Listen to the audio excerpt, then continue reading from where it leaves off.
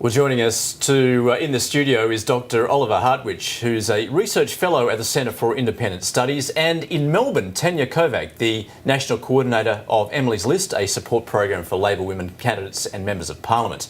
And just to remind you, viewers can comment on this segment via Twitter using the hashtag ABCNanny. Oliver Hartwich, can I start with you? Now, you say yes, Australia is becoming a nanny state, don't you? And can I just cite an example you've used of your driving experiences in this country? I gather you've been here for about 3 years. You are from Germany, and you say you've got a ban on service stations selling alcohol to alarmist road signs. That's correct. I encountered the nanny state in Australia quite graphically when I was driving back from Melbourne to Sydney once, and every 2 or 3 kilometres there was a sign along the way encouraging me to take a power nap now. I think if I had only followed every second or third advice, I would still be in Albury-Wodonga now. I think Australia is becoming a nanny state where we are seeing governments basically telling us how to lead our lives. Drink responsibly, smoke responsibly, and basically take sunscreen wherever you go. And I think it's all becoming a bit too much, really. Even for a German who likes to follow rules. But isn't this all about prevention? Well, sure, and pretty much all of it is common sense. Everybody knows that smoking is not healthy. Everybody knows that you shouldn't drink too much. And yet I wonder whether we need this constant reminding from the government. All right, Tanya Kovac in Melbourne, I'll bring you in here. Isn't this a case where the government is saying you as an individual are incapable of managing your own life, and life in Australia has become too difficult to navigate? Therefore, we need the guiding hand of government. Look, the Centre for Independent Studies and the Institute of Public Affairs are active in championing the concept of the nanny state in a way that is going to prove pretty ineffective. Because when you think about a nanny, you actually think about the concept of your grandparents, you think about the concept of Mary Poppins. And that metaphor is just failing to have any traction in Australia, and I don't think that the tobacco campaign is going to be particularly successful because of that. Well, it's often said you can't legislate against stupidity. I mean, is that the way the government's treating Australians at the moment, that they are trying to legislate against stupidity? I don't think that the government is legislating for anything except the concept of being a caring state and also regulating to create a care economy. If you left public health concerns to big business, you would see them behaving in an irrational way. That is, to pursue profit at the expense of public health. We see this time and again both in the tobacco industry but also in asbestos, and increasingly it is framing the conversation around the carbon debate and climate change. If you wait for business to act ethically, you're going to be waiting for a very long time. And that is why it is necessary for caring governments, for a caring state, to take action to help regulate that. I might just alert you to some news that's just sort of come into us here from Western Australia. It's saying that it's considering, given the booze culture, it wants to perhaps raise the legal drinking age to 21 years of age. Is that yet another example, do you think? I think that's a typical kind of intrusion that we're seeing these days. I think it is quite ludicrous. On the one hand, we are encouraged to vote. We're actually compelled to vote in this country from age 18, and yet you are legally able to choose your next government, but you can't legally have a drink. And I think the two things don't go together. But let's just go back to that issue of prevention. Certainly we've got good examples, I think, of seat belts, obviously, they're compulsory, and more recently bike helmets, which have been quite controversial. People, cyclists have to wear bicycle helmets.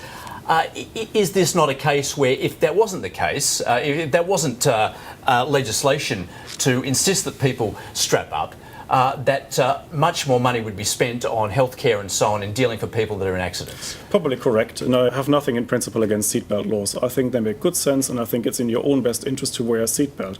On the other hand, there's also evidence that suggests that when people are compelled to use seatbelts, they actually increase their speed because they feel safer inherently, and that's why they are more reckless in their driving attitudes in general. But Back to the tobacco issue, I think that campaign that we have just seen from Imperial Tobacco won't be effective because I think it portrays the nanny state in a completely different way. When you actually look at the commercials, you see nanny and she's behaving more like a concentration camp guard.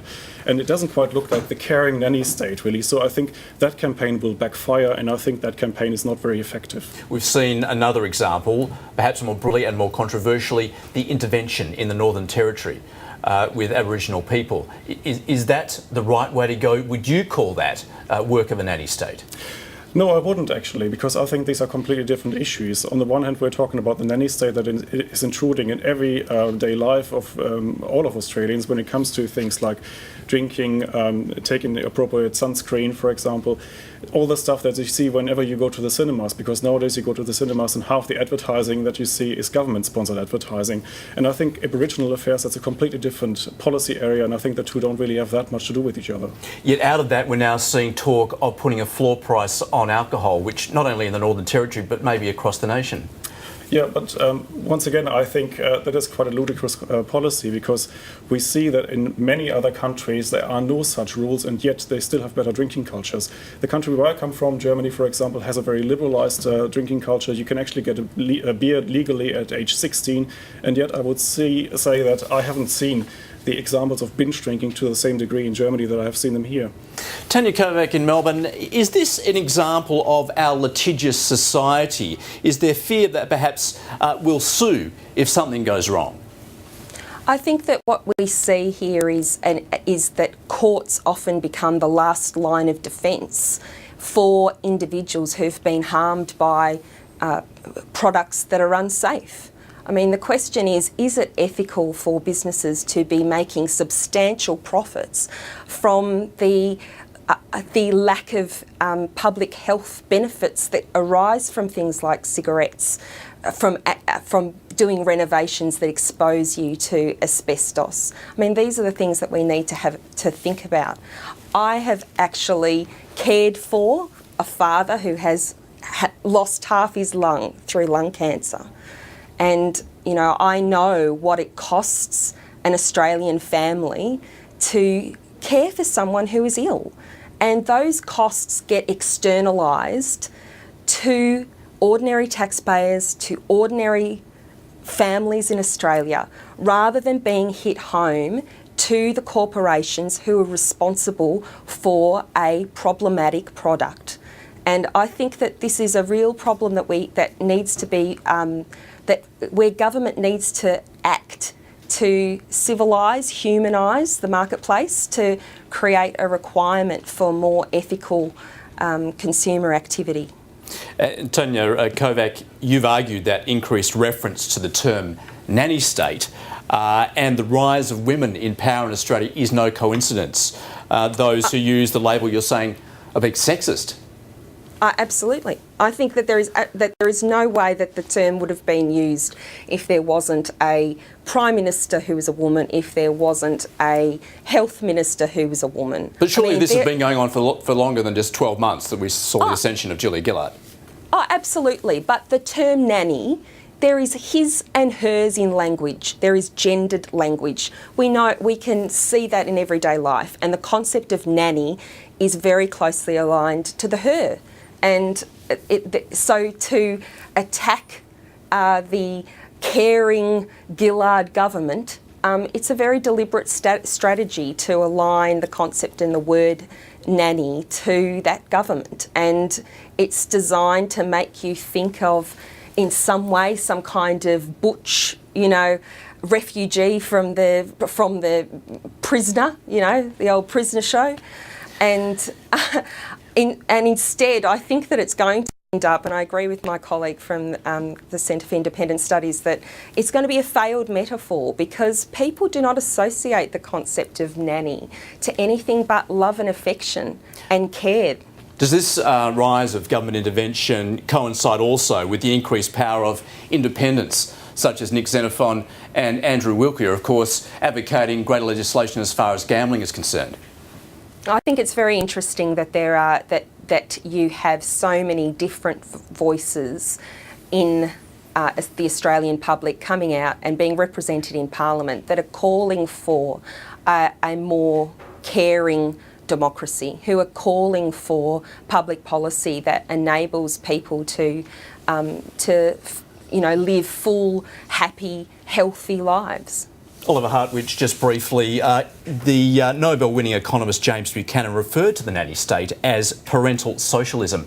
Are we seeing the rise of socialism in Australia? I wouldn't take it that far. I think what we're really seeing is a government that's trying to remind us of what we should do all the time along the way. I don't really see it, by the way, as a sexist concept. I first came across it in Britain, actually, under Prime Minister Tony Blair and his Chancellor Gordon Brown. I think they were the two biggest exponents of the nanny state, and they were certainly men. All right. Oliver Hartwich in the studio here, thanks very much. And Tanya Kovac in Melbourne, thank you. Thank you.